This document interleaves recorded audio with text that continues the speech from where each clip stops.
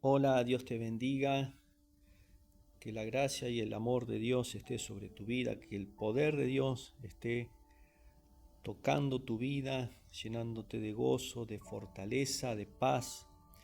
Y vamos a continuar con el estudio sobre el libro de Romanos, este libro tan maravilloso, esta epístola que nos muestra sobre la obra de Cristo. Y veníamos hablando en el capítulo 5 sobre la justicia de Dios, y ahora vamos a estar hablando que no solamente Jesús, por su obra, hemos recibido el perdón de pecados, ¿no? A través de Jesús somos perdonados. Esa es una realidad y eso lo sabemos bien, lo conocemos muy bien.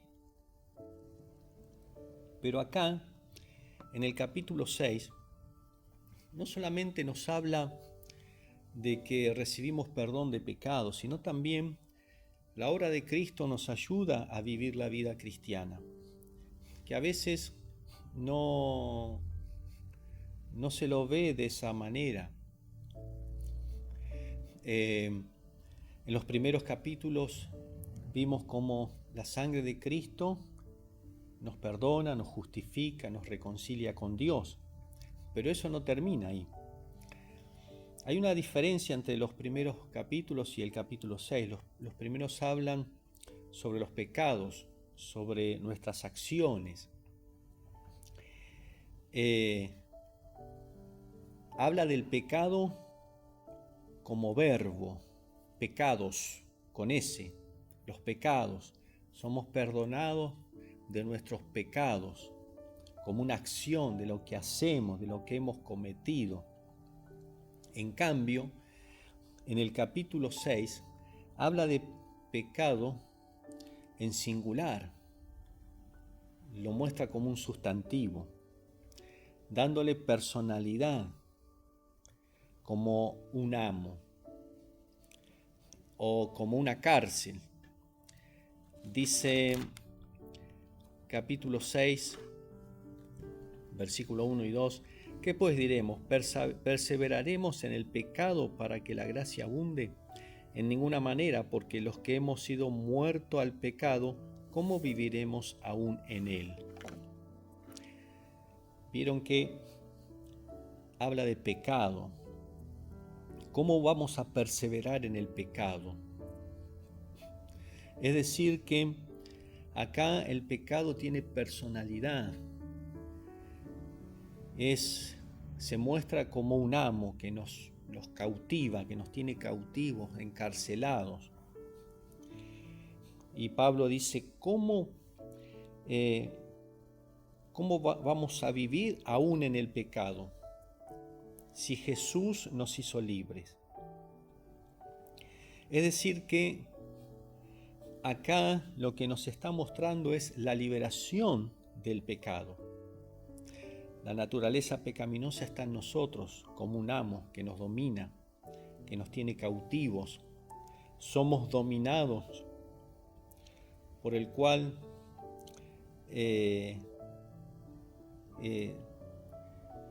necesitamos ser liberados, que alguien nos saque de esa cárcel. ¿Cuál es la solución? Lo presenta en el versículo 2. Porque los que hemos muerto al pecado, ¿cómo viviremos aún en él? Si hemos muerto al pecado, ahí nos está mostrando la solución. ¿Cuál es la solución? Que hemos muerto al pecado. ¿Y cómo hemos muerto? Juntamente con Cristo. Fuimos sepultados juntamente con Él y hemos resucitado juntamente con Él. Ahí está el secreto, versículo 3. ¿O no sabéis que todos los que hemos sido bautizados en Cristo Jesús hemos sido bautizados en su muerte? Porque somos sepultados juntamente con Él para muerte por el bautismo, a fin de que como Cristo resucitó de los muertos por la gloria del Padre, así también nosotros andemos en nueva vida. Porque si fuimos plantados juntamente con Él en la semejanza de su muerte, así también lo seremos en la de su resurrección. Gloria a Dios, ahí está la solución, el secreto, la llave que nos muestra de cómo somos liberados de la cárcel del pecado. ¿Cómo fue eso? Fuimos muertos juntamente con Cristo. Y eso se ve físicamente en el bautismo, cuando somos bautizados en agua. Quienes han sido bautizados y les han enseñado, saben que al ser bautizados se está mostrando físicamente lo que pasó espiritualmente. O sea, hemos muerto a la vieja vida, hemos muerto al pecado, y al salir del agua habla de que hemos resucitado a una nueva vida juntamente con Cristo. Ahí está el secreto, que hemos muerto al pecado. Y el pecado se muestra como un amo, es decir, que hemos sido esclavos del pecado. Y hay una diferencia entre esclavo y siervo.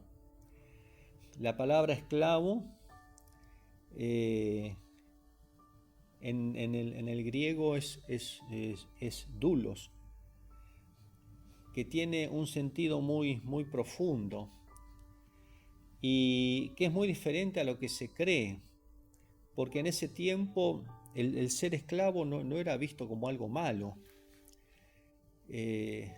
Al contrario, había personas que se sentían contentas de ser esclavos de alguien, porque no era visto como algo malo. La persona se sentía agradada, se sentía bien y se sentía a gusto al servir a alguien, al estar bajo la autoridad de alguien, ser esclavo de alguien. Lo que pasa que con el tiempo se fue tergiversando, se fue estigmatizando esa palabra debido a los abusos que se cometieron a través de los años en distintos lugares, a través del abuso, del maltrato de las personas, de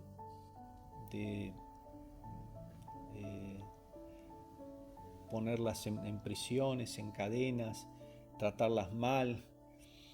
Entonces se vio que esa palabra era como que era algo malo. Y fue así que quienes tradujeron las Biblias, por ejemplo, la Biblia Reina Valera, dice, cambió la palabra esclavo como siervo. Pero la palabra siervo en griego es diáconos y significa alguien que sirve las mesas. La diferencia entre esclavo y siervo es que el esclavo es comprado por el amo, es su posesión, por lo tanto el esclavo no posee nada de él, el amo es quien decide por él. El esclavo no tiene nada. O sea, el esclavo y el amo están fuertemente ligados y el esclavo depende totalmente del amo y de las decisiones del amo. El esclavo no tiene derecho a nada, ni a poseer nada. Sin embargo, el siervo habla de siervo, se han cambiado las palabras. El siervo era el que servía. pero la diferencia es que el siervo tenía ciertos derechos, tenía recompensa, podía decidir. Por ejemplo, los apóstoles cuando se presentaban, por ejemplo Pablo en Romanos 1:1 dice: Pablo, siervo de Jesucristo, llamado a ser apóstol, apartado para el Evangelio de Dios. Eso dice la versión Reina Valera, pero en el original dice: Pablo, esclavo de Jesucristo. Esclavo. Por eso que esto es muy profundo y necesitamos poder entenderlo también, porque la Biblia dice que no somos siervos de Cristo, somos esclavos de Cristo. Eso marca una diferencia muy grande, porque como decíamos, el esclavo depende totalmente de su amo, de las decisiones de su amo, de lo que tiene su amo. El esclavo, su posesión es que tiene, la única posesión que tiene es el amo, y el amo decide por él. Pero lo maravilloso es la diferencia que hay, porque dice que fuimos esclavos del pecado, por lo tanto el pecado nos dominaba, hacíamos lo que el pecado nos movía a hacer. No podíamos liberarnos de esa esclavitud y recibíamos a causa de eso miseria, dolor, enfermedad, muerte. Pero Jesús, en su amor, Él vino y nos rescató del mercado de esclavos. Así era nuestra condición. Estábamos en el mercado de esclavos, que era lo que había en ese tiempo.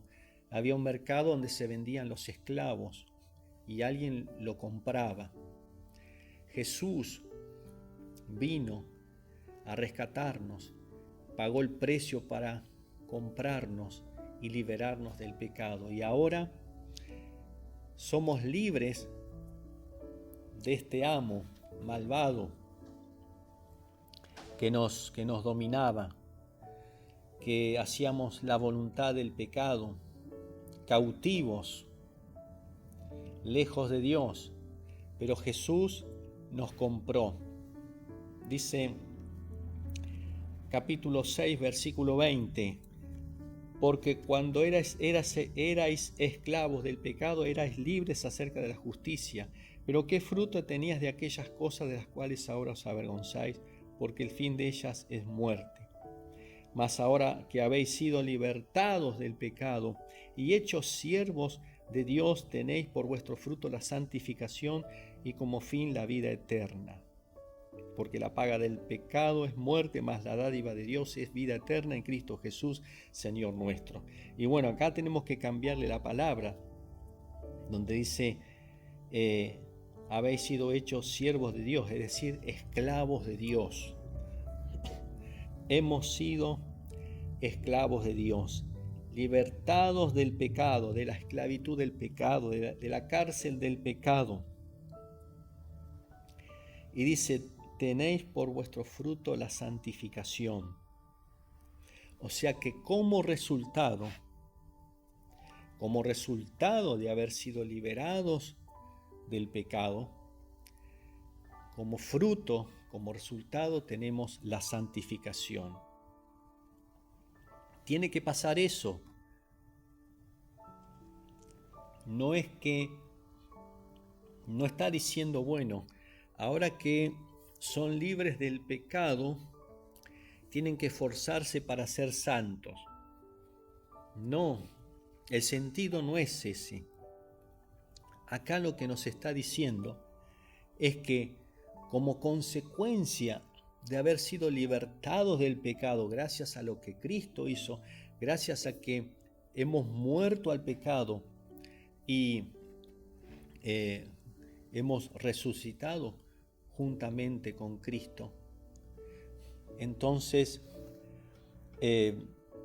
tenemos como resultado la santificación. Es el resultado. El fruto tiene que ser ese. No es que yo ahora trato de ser santo, de portarme bien, porque ahí es donde fallamos. Porque la única manera de vivir en santidad es cuando somos liberados. Necesitamos ser liberados. No podemos vivir en santidad a menos que seamos libertados de la esclavitud del pecado. Es la única manera. Jesús es el único que nos puede hacer libre. Versículo 4 dice, porque somos sepultados juntamente con Él para muerte por el bautismo, a fin de que como Cristo resucitó de los muertos por la gloria del Padre, así también nosotros andemos en vida nueva. Es una vida nueva en Cristo. Pero a veces se nos ha dicho, bueno, ahora que sos cristiano, sos hijo de Dios, ahora tenés que tratar de vivir en santidad. Y bueno, ¿y cómo hago? Y bueno, orá, lee la Biblia, congregate, estudiá, esforzate. Y entonces en nuestra fuerza tratamos de vencer, de vivir en santidad para no pecar. Y vemos que se nos hace difícil, se nos hace imposible. Por eso que la vida cristiana es imposible vivirla en nuestras fuerzas. No se puede vivir, no podemos vivir la vida cristiana, no podemos agradar a Dios en nuestra fuerza, a menos que seamos liberados del pecado. Pero ¿cómo hacemos? ¿Cómo es? ¿Cómo puedo ser libre del pecado? Y bueno, acá nos está mostrando. Y dice, como leíamos al principio, que nosotros estamos en Cristo. Dios ya nos ha puesto en Cristo. Por lo tanto, ¿qué es lo que tiene que hacer uno? ¿Cuál es el secreto para poder vivir esa libertad que Jesús nos dio?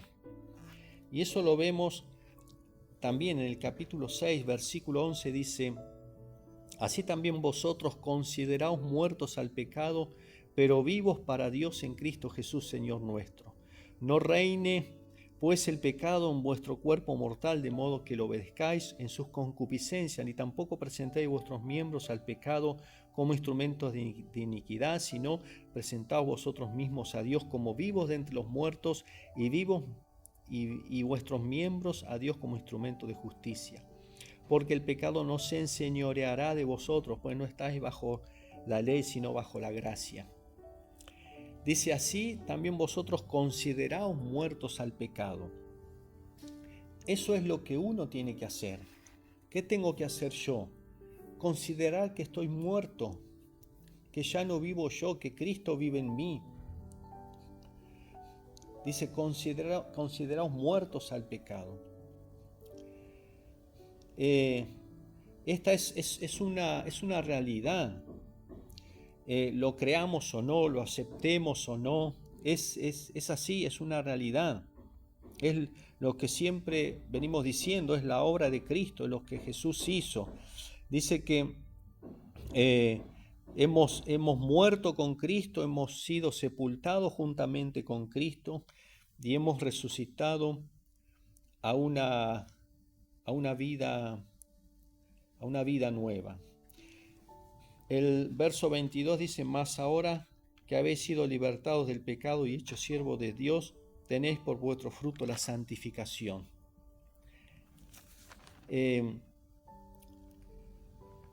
Hemos sido libertados del pecado. Ya Dios nos ha liberado del pecado. Pero nosotros, ¿qué tenemos que hacer? Considerar que estamos muertos al pecado, que Jesús nos libertó. Que en la práctica, ¿cómo hacemos? Pablo dice, no presenten vuestros miembros al pecado, porque ya han sido libres. Cuando vienen esas tentaciones, cuando se presenta en nosotros esa tentación para pecar, nosotros tenemos que declarar y considerarnos que estamos muertos, que estamos libres. Si no, vamos a caer en las garras de Satanás y él nos va a acusar, nos vamos a sentir culpables. Debemos aplicar la obra de Cristo en nosotros, considerarnos muertos. Yo ya estoy muerto al pecado. He muerto al pecado y he resucitado a una nueva vida. El hecho de que Jesús resucitó está diciendo de que hemos sido justificados, de que tenemos una nueva vida en Cristo. Es así, pero depende de cada uno, de cuando viene la tentación, considerarnos que estamos muertos a eso y rechazarlo. Por eso que no significa que el hecho de ser perdonado, de ser libres del pecado,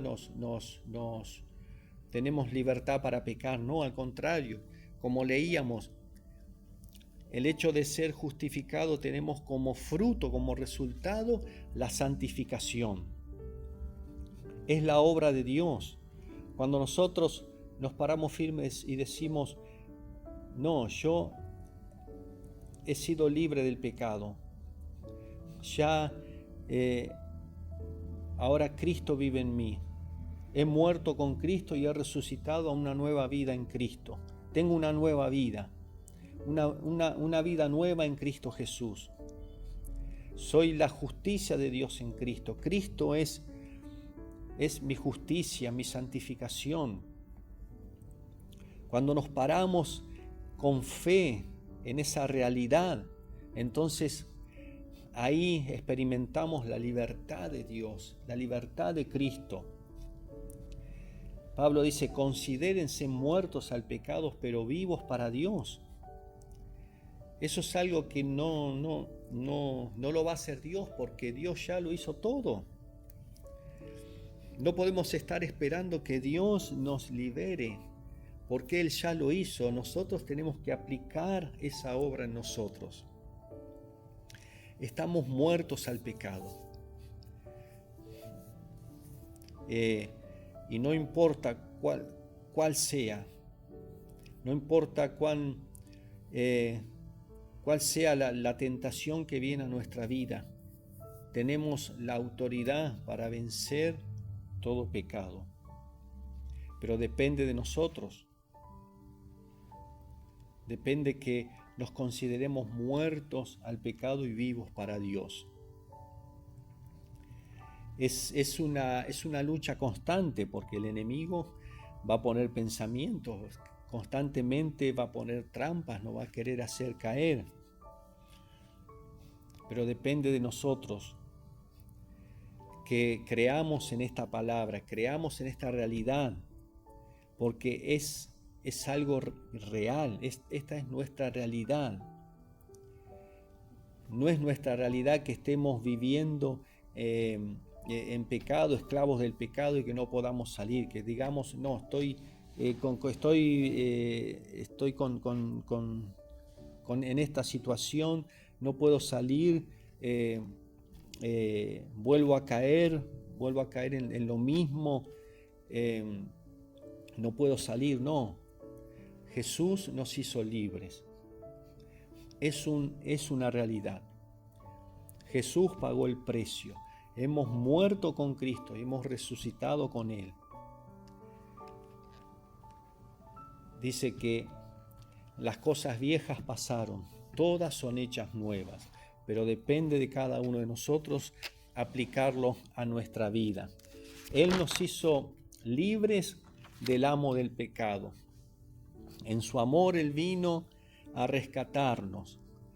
Él pagó el precio. Dios nos puso en Cristo. Cuando Él murió, nosotros morimos con Él. Cuando Él resucitó, nosotros resucitamos con Él a una nueva vida. Nos sacó de la esclavitud del pecado y nos puso sobre la roca y nos sentó en los lugares celestiales con Cristo. ¿Cómo no darle gracias? ¿Cómo no adorarle? Él arriesgó todo por nosotros. Él lo arriesgó todo. Yo no sé si alguna vez te has puesto a pensar qué hubiera pasado si Jesús hubiese caído en la tentación. Un pecado que Jesús hubiese cometido, todo el plan de salvación se hubiese frustrado. ¿Qué habría pasado? ¿Qué habría pasado si un solo pecado que Jesús hubiera cometido? Porque el sacrificio tenía que ser perfecto, sin mancha, sin pecado. Y Él lo arriesgó todo. Él, cuando decidió venir a esta tierra, Él arriesgó todo. Él se despojó de los atributos divinos, como dice en Filipenses capítulo 2. Él se vació de los atributos divinos, se hizo hombre. Como hombre vivió en esta tierra. Dice en Hebreos que fue tentado en todo. Uno podría decir, bueno, pero Él era Dios también. No podía pecar. Pero si no podía pecar, entonces no, ¿para qué el diablo se iba a molestar en tentarlo? Es decir, que podía haber pecado. Y dice que fue tentado en todo. Pero Él, siendo Dios, se arriesgó a eso. Imagínate la grandeza de eso. Para venir a rescatarnos. Cuánto amor. Se arriesgó a hacerse hombre, caminar en esta tierra entre los hombres, ser tentado en todo, padecer lo mismo que nosotros. Durante 33 años fue tentado, pero sin pecado. Él se mantuvo fiel. Él dijo, mi comida es hacer la voluntad de mi Padre. Él podía haber caído. Cuando estaba en la cruz, Él podía haber descendido de la cruz. Dice que había 12 legiones de ángeles esperando la orden para venir a rescatarlos. Si Él hubiese querido, hubiese dado la orden, hubiese dicho, no vale la pena morir por estas personas malvadas. Fíjate, cuando estaba en la cruz, le gritaban, le decían, si eres hijo de Dios, desciende de la cruz. Él podía haberlo hecho. Él podía haber dicho, Padre, no vale la pena lo que estoy haciendo por esta raza caída. No vale la pena. Y podía haber dado la orden y esas 12 legiones de ángeles haber venido, destruido todo y rescatarlo. Pero ¿qué habría pasado? ¿Qué habría pasado? ¿Te has puesto a pensar? El ser humano habría quedado sin salvación, no había oportunidad para nosotros, la condenación eterna. ¿Qué hubiera pasado con la Trinidad? Porque en Filipenses, en el capítulo 2, que eso lo vamos a dejar para otro estudio, Filipenses capítulo 2 dice que Él fue obediente hasta la muerte y muerte de cruz. Por tanto, Dios lo exaltó hasta lo sumo y le dio un nombre que es sobre todo nombre, Por eso ¿qué hubiera pasado? Pero sin embargo, Él fue fiel hasta la muerte. Fue fiel hasta la muerte. ¿Qué hubiera pasado con la Trinidad? Porque Él ya estaba en la condición de hombre, pero ya había pecado. Gracias a Él, gracias a su amor, gracias Jesús. Qué maravilloso es. ¿Cómo no adorarle? ¿Cómo no agradecerle por lo que Él hizo? Porque fue fiel hasta la muerte. Gracias Jesús, porque fuiste fiel hasta la muerte. Por eso en el libro de Apocalipsis está ese grito de victoria cuando todo parecía que no había esperanza. En el capítulo 5 de Apocalipsis habla de la obra de Jesús. Es una adoración celestial por lo que Él hizo. Y vi en la mano derecha del que estaba sentado en el trono un libro escrito por dentro y por fuera, sellado con 7 sellos. Y vi a un ángel fuerte que pregonaba a gran voz: ¿quién es digno de abrir el libro y desatar sus sellos? Y ninguno, ni en el cielo, ni en la tierra, ni debajo de la tierra, podía abrir el libro, ni aun mirarlo. Y lloraba yo mucho, porque no se había hallado a ninguno digno de abrir el libro, ni de leerlo, y ni de mirarlo. Y uno de los ancianos me dijo: no llores. He aquí que el león de la tribu de Judá, la raíz de David, ha vencido para abrir el libro y desatar sus sellos. Y miré, y vi en medio del trono y de los 4 seres vivientes, y en medio de los ancianos, estaba en pie un cordero como inmolado, que tenía 7 cuernos y 7 ojos, los cuales son los 7 espíritus de Dios enviados por toda la tierra. Y vino y tomó el libro de la mano derecha del que estaba sentado en el trono, y cuando hubo tomado el libro, los 4 seres vivientes y los 24 ancianos se postraron delante del Cordero. Todos tenían arpas y copas de oro llenas de incienso, que son las oraciones de los santos, y cantaban un nuevo cántico diciendo: digno eres de tomar el libro y de abrir sus sellos, porque tú fuiste inmolado, y con tu sangre nos has redimido para Dios de todo linaje y lenguaje y pueblo y nación. Y nos has hecho para nuestro Dios reyes y sacerdotes, y reinaremos sobre la tierra. Y miré y oí la voz de muchos ángeles alrededor del trono, y de los seres vivientes, y de los ancianos, y su número era millones de millones, que decían a gran voz: el Cordero que fue inmolado es digno de tomar el poder, las riquezas, la sabiduría, la fortaleza, la honra, la gloria y la alabanza. Y a todo lo creado que está en el cielo y sobre la tierra y debajo de la tierra y en el mar, y a todas las cosas que en ellos hay, oí decir al que está sentado en el trono y al Cordero: sea la alabanza, la honra, la gloria y el poder por los siglos de los siglos. Los 4 seres vivientes decían amén, y los 24 ancianos se postraron sobre sus rostros y adoraron al que vive por los siglos de los siglos. Amén. Gracias Jesús. Muchas gracias Jesús. Aleluya. ¿Cómo no adorarte? Amén.